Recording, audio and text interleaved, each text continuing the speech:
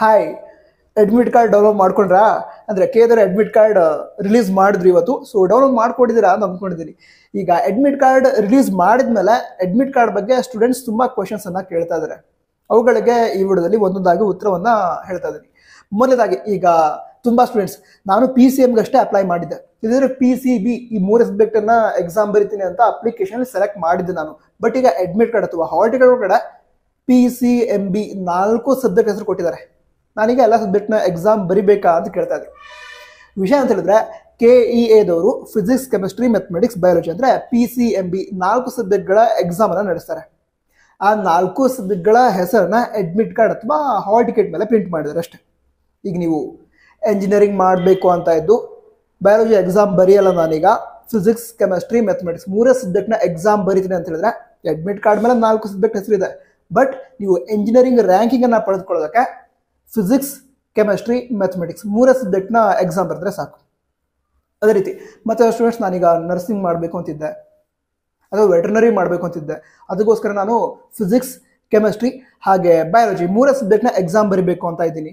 But admit card ಒಳಗಡೆ 4 subject ಹೆಸರಿದೆ ಅಂತ ಹೇಳಿದ್ರೆ ಟೆನ್ಷನ್ ಮಾಡ್ಕೊಳ್ಳೋ ಅವಶ್ಯಕತೆ ಇಲ್ಲ. PCB 3 ಸಬ್ಜೆಕ್ಟ್ನ ಎಕ್ಸಾಮ್ ನಡಿಬೇಕಾದ್ರೆ ಬರಿಬಹುದು.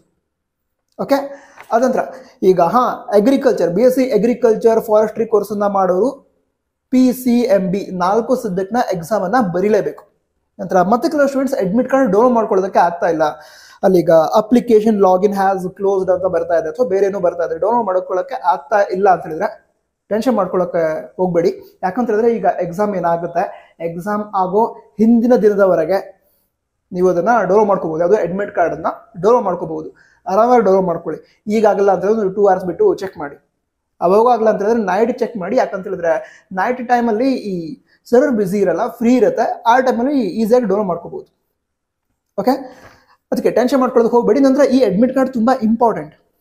ಈಗ ಎಕ್ಸಾಮ್ಗೆ ಅಷ್ಟೇ ಅಲ್ಲ, ಮುಂದೆ ಕೌನ್ಸಿಲಿಂಗ್ ನಡೆಯುತ್ತೆ, ಅದ್ರ ಕಾಲೇಜ್ಗೆ ಅಡ್ಮಿಷನ್ ತೆಗೆದುಕೊಳ್ತೀರಾ, ಆವಾಗಲೂ ಕೂಡ ಈ ಅಡ್ಮಿಟ್ ಕಾರ್ಡ್ ಬೇಕಾಗುತ್ತೆ. ಸೊ ಅಡ್ಮಿಟ್ ಕಾರ್ಡ್ ಸೇಫ್ ಆಗಿ ಇಟ್ಕೊಂಡ್ರಿ. ಅದರ ಸಾಫ್ಟ್ ಕಾಪಿ PDF ಡೌನ್ಲೋಡ್ ಮಾಡ್ಕೊಂಡಿರ್ತೀರಲ್ವಾ, ಅದನ್ನು ಕೂಡ ಸೇಫ್ ಆಗಿ ಇಟ್ಕೊಂಡ್ರಿ. ಹಾಗೆ ಪ್ರಿಂಟ್ಔಟ್ ತೆಗೆದುಕೊಂಡು ಎಕ್ಸಾಮ್ ಹೋಗ್ಬೇಕು. ನೀವು ಆ ಪ್ರಿಂಟ್ಔಟ್ ತೆಗೆದುಕೊಂಡು ಎಕ್ಸಾಮ್ಗೆ ಹೋಗಿರ್ತೀರಾ, ಆ ಅಡ್ಮಿಟ್ ಕಾರ್ಡ್ ಕೂಡ ಇಂಪಾರ್ಟೆಂಟ್. ಸೊ ಅಡ್ಮಿಟ್ ಕಾರ್ಡ್ ಸ್ವಲ್ಪ ಕೇರ್ಫುಲ್ ಆಗಿ ಇಟ್ಕೊಂಡ್ರಿ, ಸೇಫಾಗಿ ಇಟ್ಕೊಂಡ್ರಿ. ಅದಂತರ ಮುಂದಿನ ವಿಷಯವನ್ನ ಹೇಳೋದಾದ್ರೆ, ಈಗ ಪ್ರಿಂಟ್ಔಟ್ ಬೇಕಾ ಅಂತ ಕೇಳ್ತಾ ಇದ್ರು ಅಪ್ಲಿಕೇಶನ್. ಪ್ರಿಂಟ್ಔಟ್ ಬೇಕೇ ಬೇಕು, ಯಾಕಂದ್ರೆ ಎಕ್ಸಾಮ್ಗೆ ಹೋಗ್ತಿರಲ್ವಾ, ಎಕ್ಸಾಮ್ಗೆ ಹೋಗ್ಬೇಕಾದ್ರೆ ಈ ಅಡ್ಮಿಟ್ ಕಾರ್ಡ್ ಪ್ರಿಂಟ್ಔಟ್ ಬೇಕಾಗತ್ತೆ. ನಂತರ ಮತ್ತೊಂದು ಖುಷಿ ವಿಷಯ, ಗುಡ್ ನ್ಯೂಸ್ ಅಂತ ಹಾಕ್ಬೋದು ಟೈಟಲ್, ಹಾಕ್ತೀನಿ ತಗೊಳ್ಳಿ ಮುಂದೆ. ಓಕೆ, ವಿಷಯ ಅಂತ ಹೇಳಿದ್ರೆ ಈ ಅಡ್ಮಿಟ್ ಕಾರ್ಡ್ ಜೊತೆಗೆ OMR ಶೀಟ್ ಯಾವ ರೀತಿ ಇರುತ್ತೆ ಅದ್ರ ಡೀಟೇಲ್ಸ್ ಕೂಡ ಕೊಟ್ಟಿದ್ದಾರೆ. ಓಕೆನಾ, ಅದನ್ನ ನೀವು ಪ್ರಿಂಟ್ಔಟ್ ತೆಗೆದುಕೊಳ್ಳಿ. ಯಾಕಂತ ಹೇಳಿದ್ರೆ ಅಲ್ಲಿ ಬಬಲ್ಸ್ ಇರುತ್ತಲ್ವ, ಅದನ್ನ ಶೇಡ್ ಮಾಡೋದಿರೋದು. ಆ ಶೇಡ್ ಮಾಡೋದ್ರೊಳಗಡೆ ಟೈಮ್ ಸೇವ್ ಆದರೆ ನಿಮಗೆ ಕ್ವಶನ್ ಸಾಲ್ವ್ ಮಾಡೋದಕ್ಕೆ ಆ ಟೈಮನ್ನು ಯೂಸ್ ಮಾಡ್ಕೋಬಹುದು. ಅದಕ್ಕೋಸ್ಕರ ಆ ಬಬಲ್ಸನ್ನು ಶೇಡ್ ಮಾಡೋದನ್ನ ಪ್ರಾಕ್ಟೀಸ್ ಮಾಡಿ ಇಟ್ಕೊಂಡಿರಿ.